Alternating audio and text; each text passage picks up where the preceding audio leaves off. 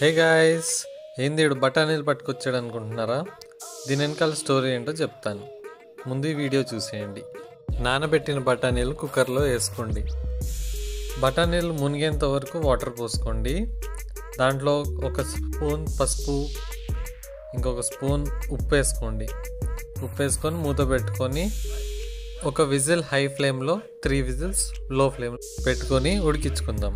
ఇప్పుడు ఒక బాండీలో ఆయిల్ తీసుకున్నాను, దాంట్లో ఉల్లిపాయలు వేసాను, ఇంకా ఒక పచ్చిమిర్చి కట్ చేసి వేసుకున్నాను.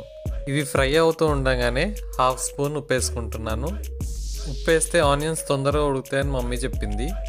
ఇంకా ఒక స్పూన్ అల్లం వెల్లుల్లిపాయ పేస్ట్ వేసుకొని మంచిగా ఫ్రై అయ్యేంత వరకు ఫ్రై చేసుకుంటాను. ఇవి ఫ్రై అయినాక ఒక టమాటో కట్ చేసుకొని వేసుకున్నాను. ఆనియన్స్ ఇంకా టమాటోస్ మగ్గిపోయినాక ఒక స్పూన్ కారం వేసుకుందాం. ఇంకా గరం మసాలా కూడా వేసుకుందాం. మంచిగా కలిసినాక మనం ఉడకబెట్టుకున్న బఠానీలు దీంట్లో పోసేసుకుందాం. ఇప్పుడు ఇదంతా స్మాషర్తో స్మాష్ చేసుకుందాం. అవును, ఇందాక ఒక స్టోరీ చెప్తా అన్నా కదా, లాస్ట్ వీక్ నేను చాట్ తినడానికని బయటికి వెళ్ళాను.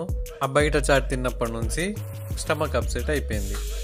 అందుకే మమ్మీని చాట్ చేయమంటే నువ్వే చేసుకోపోరా అనింది. అందుకే మా మమ్మీ గైడెన్స్తో చాట్ చేశాను. ఇప్పుడు ఫైనల్ టచ్ మొదలు పెడదాం.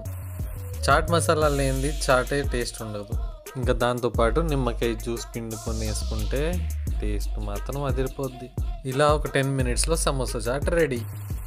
ఈడేంటి సమోసా వేయకుండా సమోసా చాట్ అంటారు అనుకున్నారా? దీంట్లో సమోసా వేసుకుంటే సమోసా చాట్, పాపిడి వేసుకుంటే పాపిడి చాట్.